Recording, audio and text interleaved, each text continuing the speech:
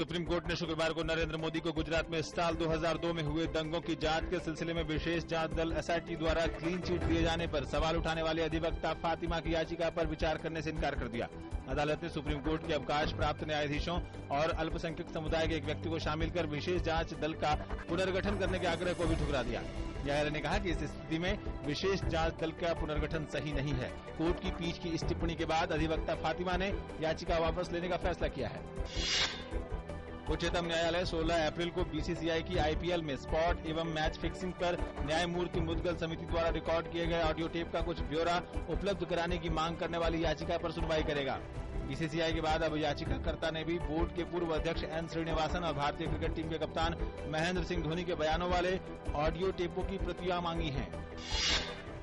इलाहाबाद उच्च न्यायालय ने शुक्रवार को रियलिटी क्षेत्र की बड़ी कंपनी सुपरटेक को करारा झटका देते हुए उत्तर प्रदेश के नोएडा सेक्टर 93A में बनाई गई उसकी 2 40 मंजिला इमारतों को गिराने का आदेश दिया है। उच्च न्यायालय ने सेक्टर 93A में अवैध निर्माण करने वाले नोएडा प्राधिकरण के अधिकारी और सुपरटेक के खिलाफ मामला दर्ज करने का भी निर्देश दिया है। सुपरटेक को सभी निवेशकों को 14% की ब्याज दर से पैसे लौटाने का भी आदेश दिया गया है। एचडीएफसी के चेयरमैन दीपक पारेख को आईपीएल के लिए अंतरिम बीसीसीआई अध्यक्ष सुनील गावस्कर का विशेष सलाहकार नियुक्त किया गया। वे गवर्निंग काउंसिल के विशेष आमंत्रित सदस्य भी होंगे। देश की सबसे बड़ी car company Maruti Suzuki India ने 12 नवंबर 2013 से 4 फरवरी 2014 के दौरान निर्मित अर्टिगा, स्विफ्ट व डिजाइनर मॉडलों की 1,03,311 कारें बाजार से वापस मंगवाई हैं। कंपनी इन वाहनों में खराब फ्यूल फिलर नेक बदलेगी। कंपनी 42,481 डिजायर, 47,237 स्विफ्ट व 13,593 अर्टिगा वापस ले रही है।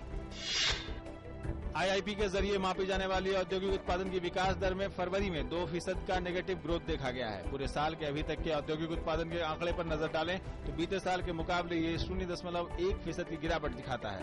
जिन क्षेत्रों ने सबसे ज्यादा निराश किया उसमें मैन्युफैक्चरिंग की हालत सबसे खराब रही और इसमें 3.7% कमी दर्ज की गई। इसके साथ ही पूरे साल खनन क्षेत्र का प्रदर्शन भी नकारात्मक ही रहा। औद्योगिक उत्पादन के इन आंकड़ों का विकास दर पर असर पड़ेगा जो पहले से ही 10 सालों के सबसे निचले स्तर पर है। मार्च 2014 में देश का निर्यात 3.15% घटकर 29.57 अरब डॉलर का रहा है। वहीं पूरे वित्त वर्ष 2013-14 में निर्यात 4% बढ़कर 312 अरब डॉलर हो गया है। वहीं साल भर में आयात में 8% की कमी दर्ज की गई है, जिसके चलते व्यापार घाटा 2013-14 में घटकर 139 अरब डॉलर रह गया है। मार्च के व्यापार आंकड़ों में कमजोरी तेल के आयात में बढ़ोतरी के बाद आई है।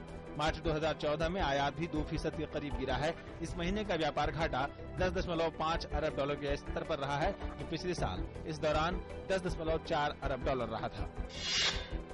सप्ताह के आखिरी कारोबारी दिन बाजार में गिरावट का रुख रहा। सेंसेक्स 86 अंकों की गिरावट के साथ 22,629 के स्तर पर बंद हुआ। वहीं निफ्टी 20 अंक की कमजोरी के साथ 6,776 के स्तर पर बंद हुआ है। दिन भर के कारोबार में auto, oil and gas, capital goods और बैंक शेयरों की पिटाई हुई, जबकि आईटी और फार्मा शेयरों में खरीदारी देखी गई।